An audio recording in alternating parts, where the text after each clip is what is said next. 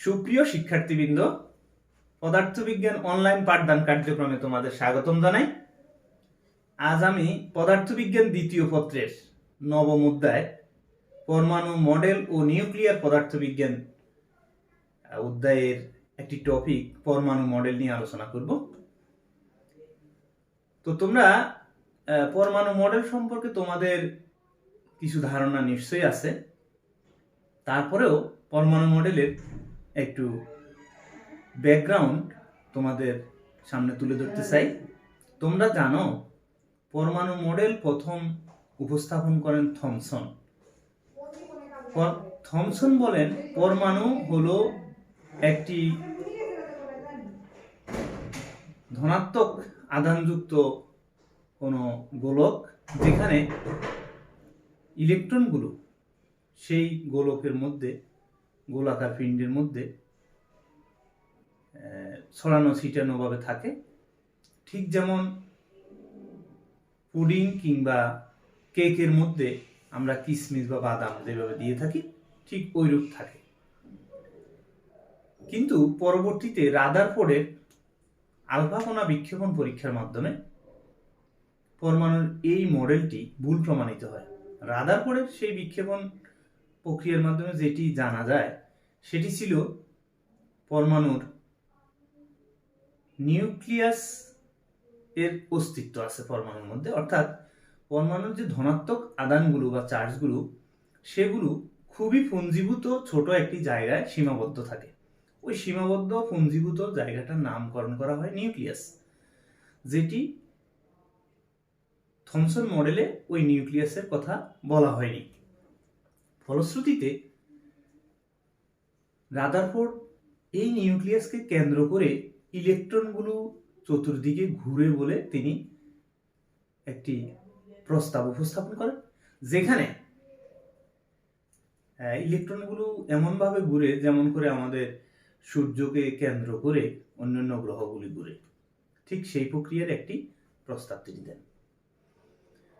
কিন্তু যেহেতু তখন ক্লাসিক্যাল ফিজিক্সের যুগ, চিরায়ত পদার্থবিজ্ঞানের যুগ, তখন রাদারফোর্ডের এই মডেলটি পুরোপুরি ব্যাখ্যা করা সম্ভব হয়নি চিরায়ত পদার্থবিজ্ঞানের আলোকে।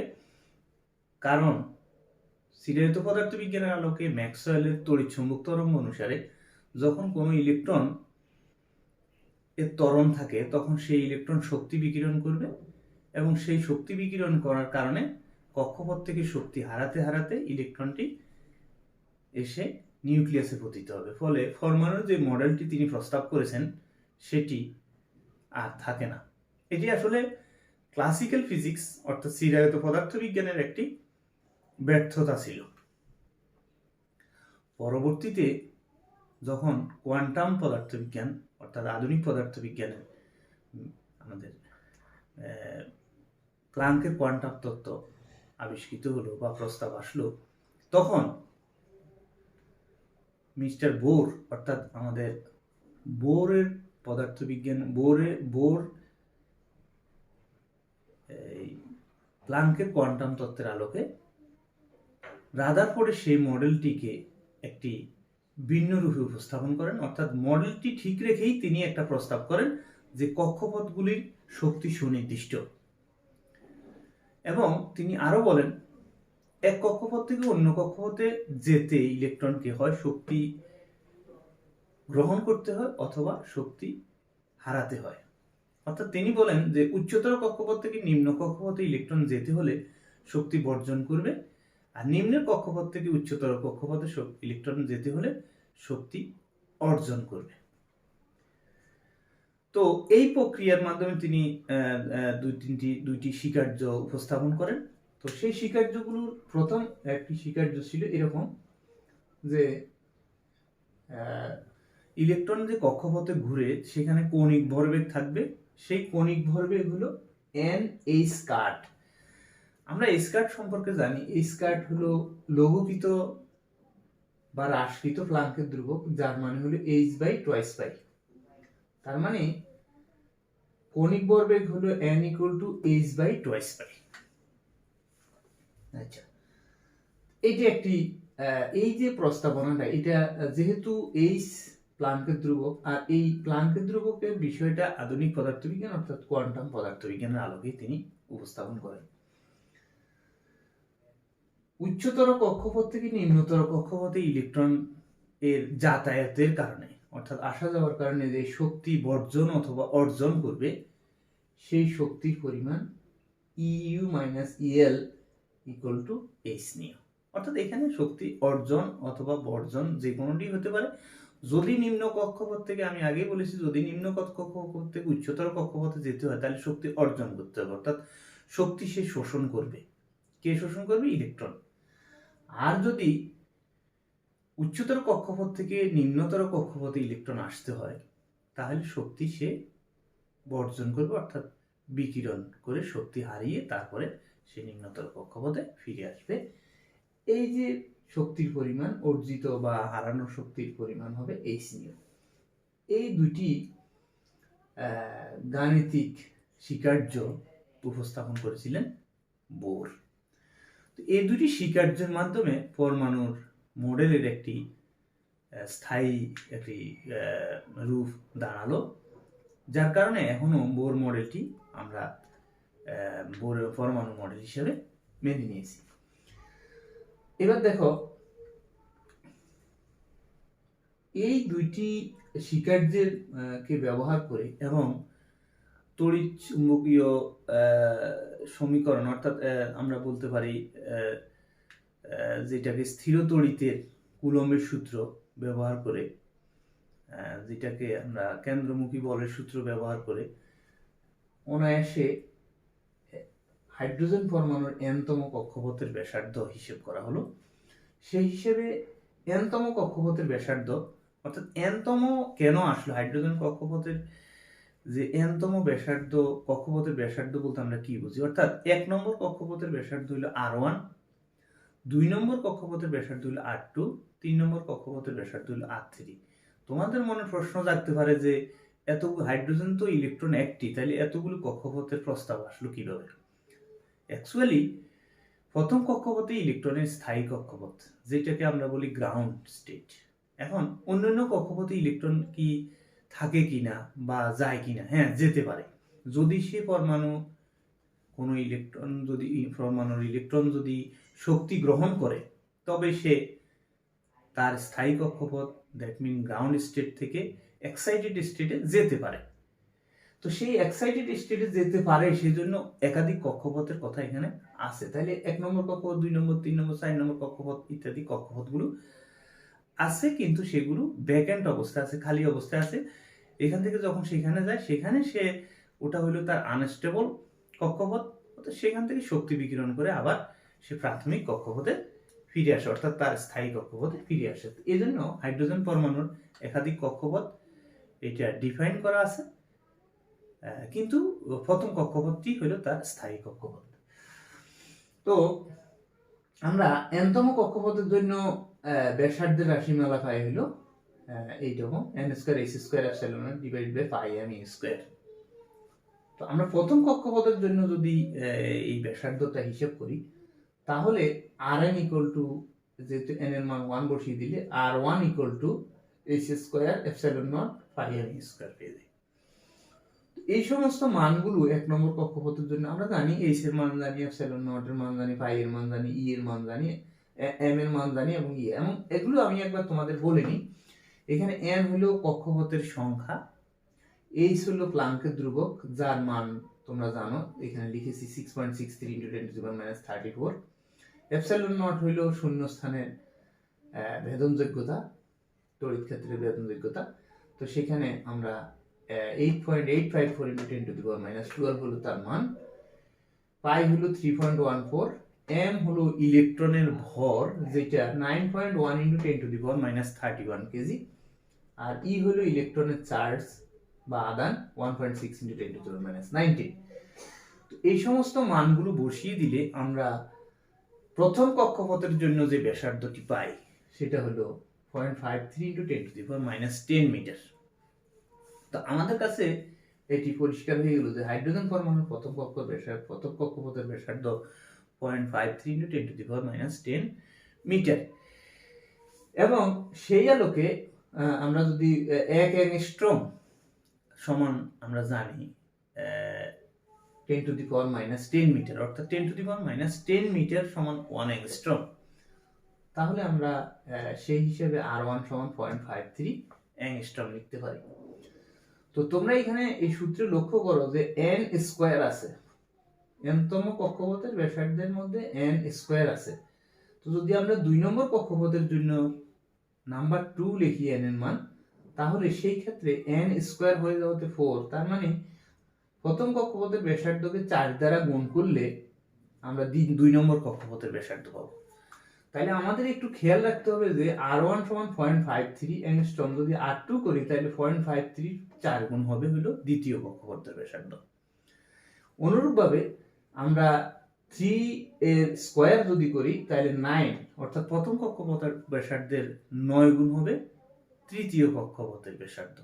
এরকম করে চতুর্থ কক্ষপথের ব্যাসার্ধ হবে 16 গুণ এবং পঞ্চম কক্ষপথের ব্যাসার্ধ হবে 25 গুণ, অর্থাৎ স্কয়ার হিসেবে আসবে।